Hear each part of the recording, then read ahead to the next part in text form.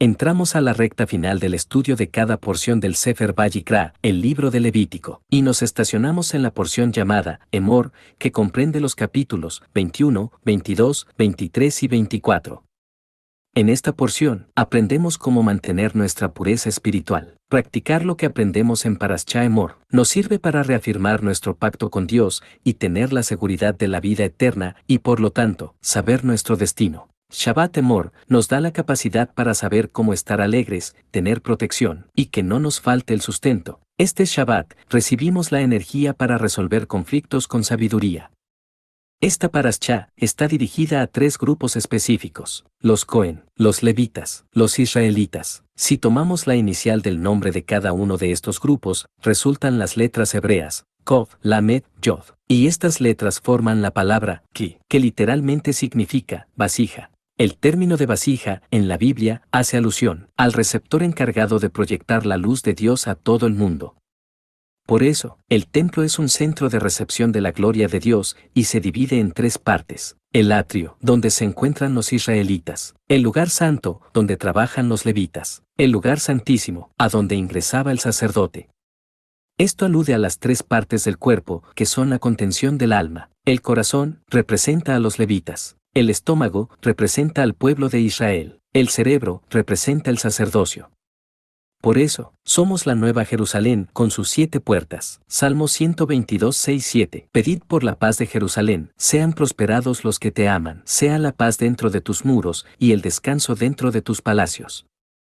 Parashá Emor es de las porciones más ricas en su contenido por la diversidad de temas que trata. La prohibición a los sacerdotes para no impurificarse con un muerto que no sea de los familiares más cercanos. ¿Con qué mujeres el sacerdote no puede casarse? La gravedad de la infidelidad, especialmente de las hijas de un sacerdote. Las prohibiciones más estrictas para los sacerdotes. Las discapacidades que impiden el servicio en el templo.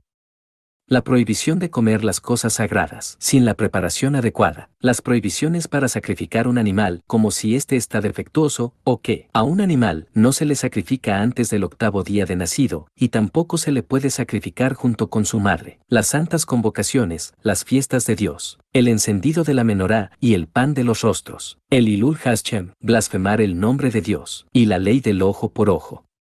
La parashá comienza tocando un aspecto. Levítico 21:1, Dios dijo a Moisés: habla a los sacerdotes hijos de Aarón, y diles que no se contaminen por un muerto en sus pueblos. En una persona que ha muerto, su espíritu se ha ido, y su alma se está vaciando, y ese vacío absorbe impurezas malignas, y además, el mal que causó esa muerte, aún sigue en el cuerpo, y esa es la energía que contamina, porque es una energía activa, y el sacerdote, al estar expuesto, expone también al pueblo.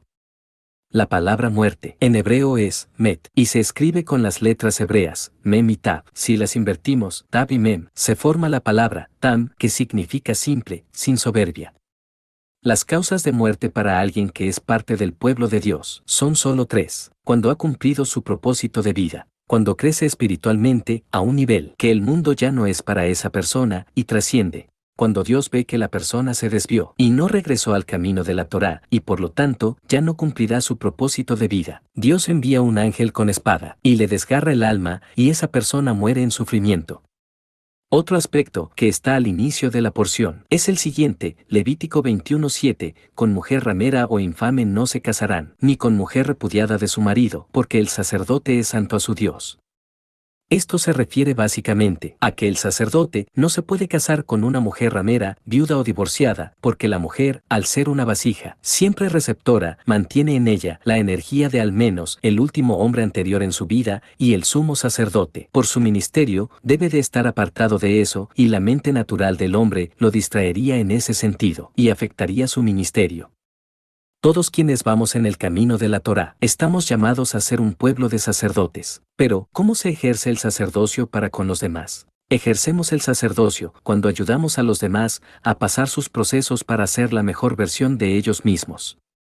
Salmo 31, 19, 20, cuán grande es tu bondad, que has guardado para los que te temen, que has mostrado a los que esperan en ti, delante de los hijos de los hombres, en lo secreto de tu presencia. Los esconderás de la conspiración del hombre, los pondrás en un tabernáculo cubierto de contención de lenguas. El sacerdote de Dios no tiene aspiraciones de lo que el mundo ofrece y ayuda a los demás a comprender que todo lo que es de Dios es bueno y es para bien.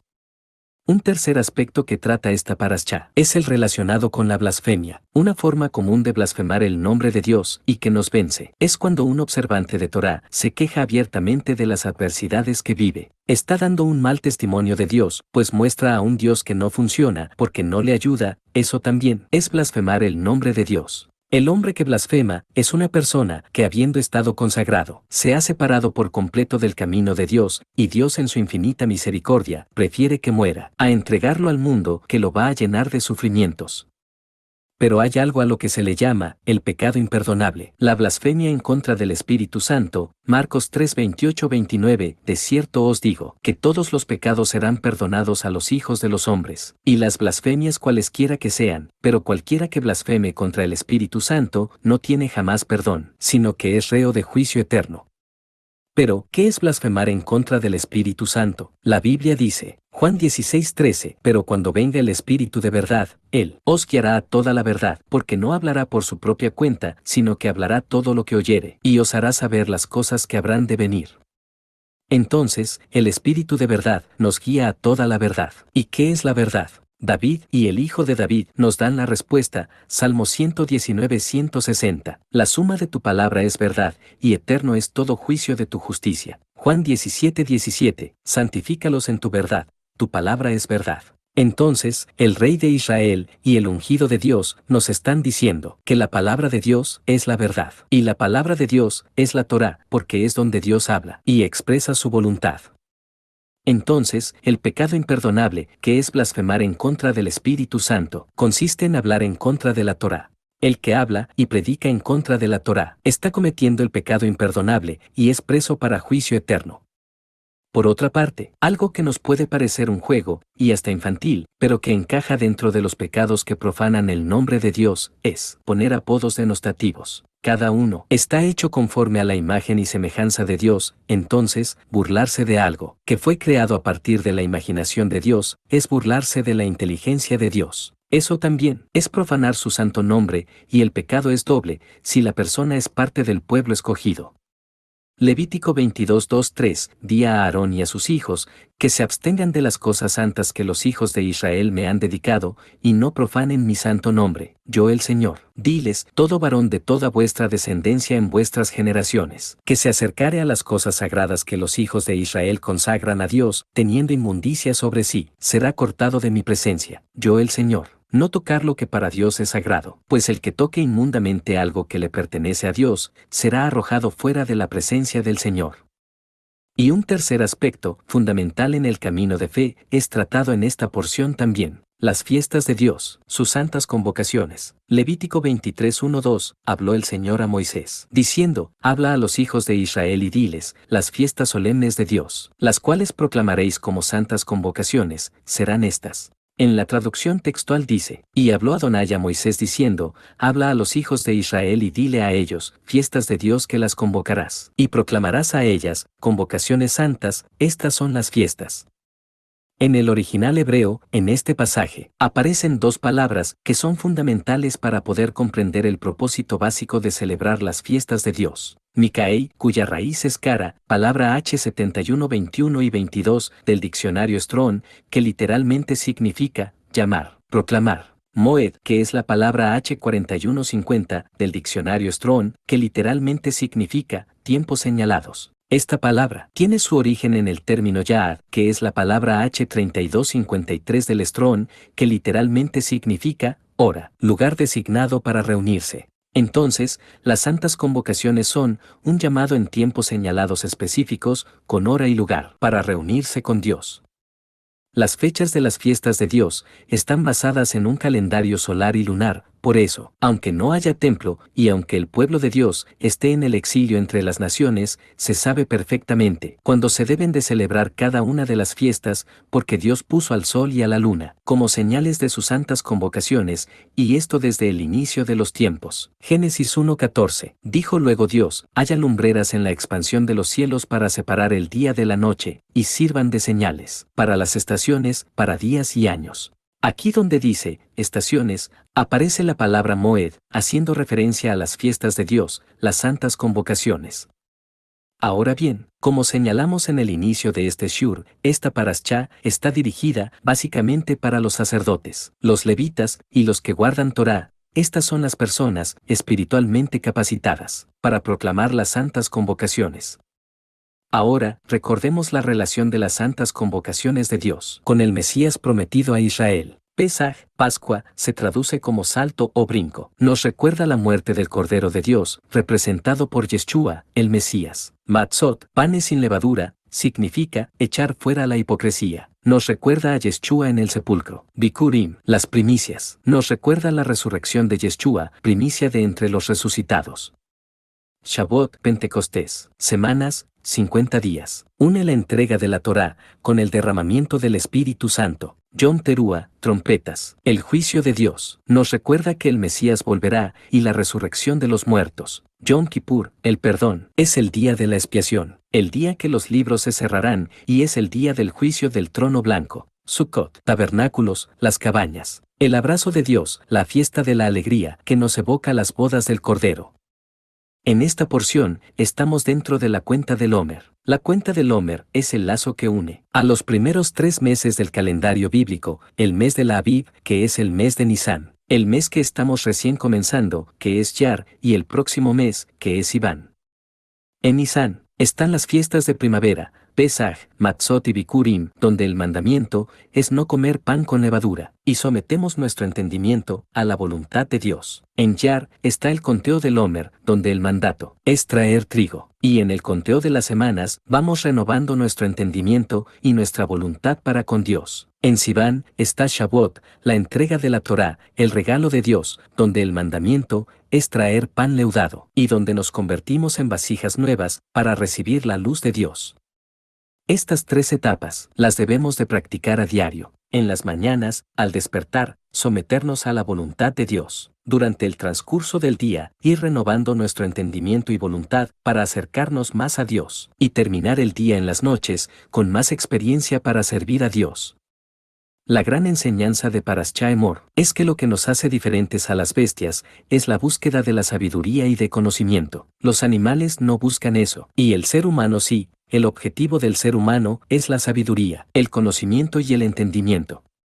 Si bien, la persona que se burla de lo que Dios crea y menosprecia las capacidades comunes o especiales de otro ser humano, como lo apuntábamos antes, de acuerdo a la Biblia, esa persona no merece seguir existiendo. Pero también, cuando el sabio menosprecia la vida, es como si se suicidara, porque está despreciando el primer regalo que Dios le da a la persona, para que lo conozca a él. Por eso, el sabio que llega a un nivel de entendimiento, en el que siente que está por encima de todo, en ese momento, Dios le quita la vida.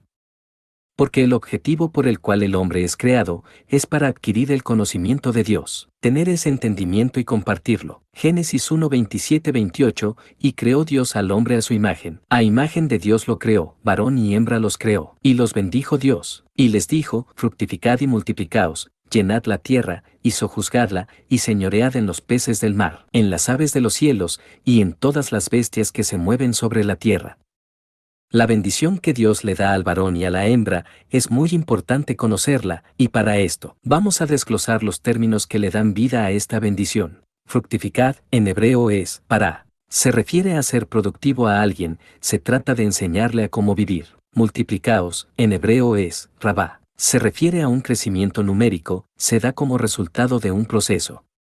Llenad la tierra, en hebreo es, malé. Se refiere a quedar lleno, debido a la acción de otros. Se trata de satisfacer de conocimiento a otros. Sojuzgadla, en hebreo es, kabash. Se refiere a la acción de someter y conquistar. Se trata de convencer todo, bajo el conocimiento de Dios. Señorear, en hebreo es, radá. Se refiere a tener control y dominio. Se trata de darle dirección correcta a los demás.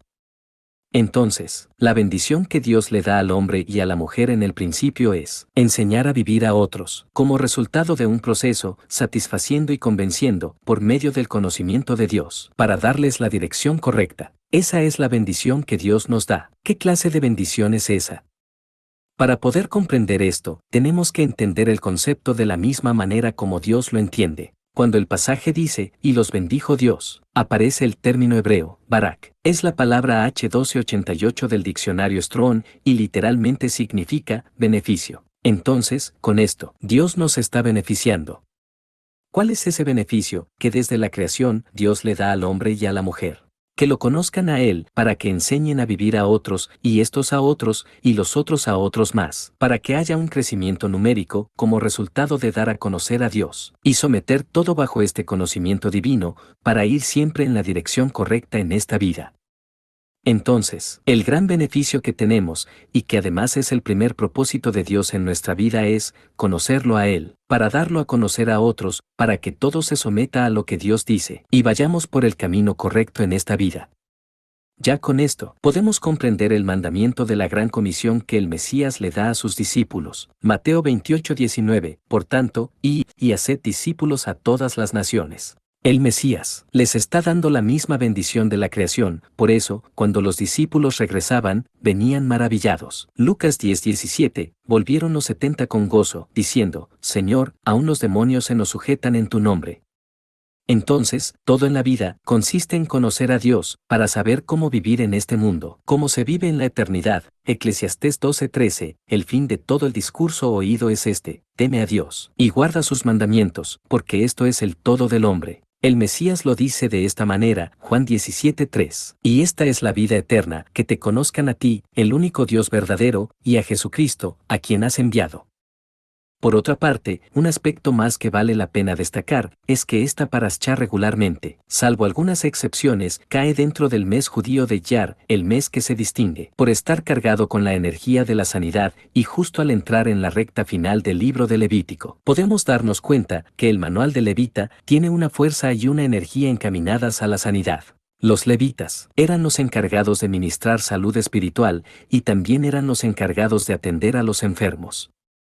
Sanidad se traduce con el término hebreo, refuah. Se escribe con las letras Reish, Pei, Bab, Aleph, Hei. Si las letras centrales las invertimos, al inicio quedarían Aleph, Bab, Reish, Pei, Hei, que forman la frase luz en la boca. ¿Qué es eso de luz en la boca? ¿Y eso qué tiene que ver con la sanidad y esta parashá? Boca, en hebreo es Pei, y justo la letra Pei, en el paleohebreo, se representa con una boca. Pero en la escritura moderna, pictográficamente, la Pei es una cavidad que se puede entender como una boca, pero contiene una yod hacia adentro. La yod, aunque es la letra más pequeña del alefato hebreo, está conectada con los conceptos más grandes de la fe. El nombre divino, Yud, Hei, Bab, Hei. La salvación, que, además, es el nombre del Mesías, Yeshua. El pueblo de Dios, Yisrael. La ciudad santa, Jerusalén, Jerusalén. El valor numérico de la letra Yud es 10. Lo primero que relacionamos en la Biblia con el 10 son los 10 mandamientos. Entonces, el secreto de la sanidad divina está en tu fidelidad al nombre de Dios, a tu salvación, por la obra redentora del Mesías, al pueblo elegido y al lugar donde Dios escogió poner su nombre, y a la práctica de los 10 mandamientos. Ya para finalizar, y a manera de resumen, veamos dos aspectos fundamentales que trata Parashá Emor con respecto a los sacerdotes. No contaminarse, ni contaminar las cosas sagradas, no profanar el nombre de Dios. Levítico 21:6, santos serán a su Dios, y no profanarán el nombre de su Dios, porque las ofrendas encendidas para el Señor, y el pan de su Dios ofrecen, por tanto, serán santos. Si bien los líderes de los grupos congregacionales están obligados a tener un nivel espiritual más elevado que el resto de los que ahí se reúnen, lo cierto es que fuera del lugar de reunión todos somos un pueblo santo, por lo cual tenemos la responsabilidad de mantener un estándar que defina nuestra fe y nuestra santidad. Levítico 22:32, y no profanéis mi santo nombre, para que yo sea santificado en medio de los hijos de Israel, yo el Señor que os santifico. Esto nos indica que tenemos una responsabilidad con nuestra conducta y con los conceptos de vida que tenemos y que practicamos. El Mesías, lejos de quitarnos esta responsabilidad, pide en oración que Dios no nos quite del mundo. Juan 17:15, no ruego que los quites del mundo, sino que los guardes del mal. ¿Por qué el Mesías hace esta petición? Porque la responsabilidad que tenemos de santidad es para cumplirla en este mundo, establecida en la bendición que Dios le da al hombre y a la mujer. En Génesis 1:27. Existen muchas comunidades religiosas que buscan agradar a Dios, usando los métodos del mundo, buscan ir a la moda, siguiendo las tendencias del mundo, incluso celebran fiestas, que son inventos de la sociedad, y se olvidan que, si el propósito es santo, los medios para lograrlo deben de ser santos. No puedes honrar al Mesías con el rap de Cristo solo porque los raperos están de moda, y tomar una canción muy conocida y solo cambiarle la letra. La santidad es un compromiso que nos lleva a no practicar las abominaciones de las naciones, entendiéndose por abominaciones las conductas que no están en armonía con la Torá. Profanamos el nombre de Dios cuando tomamos los conceptos que la sociedad maneja y los mezclamos con los preceptos de la Biblia. En la santidad no participas de las modas, pero tampoco las evitas. Pero en lo que se refiere a los valores y principios bíblicos, ahí sí se debe de ser completamente inflexibles. Porque la base de nuestra existencia y de nuestra santidad está en el conocimiento de la palabra de Dios. Porque en su palabra está su presencia,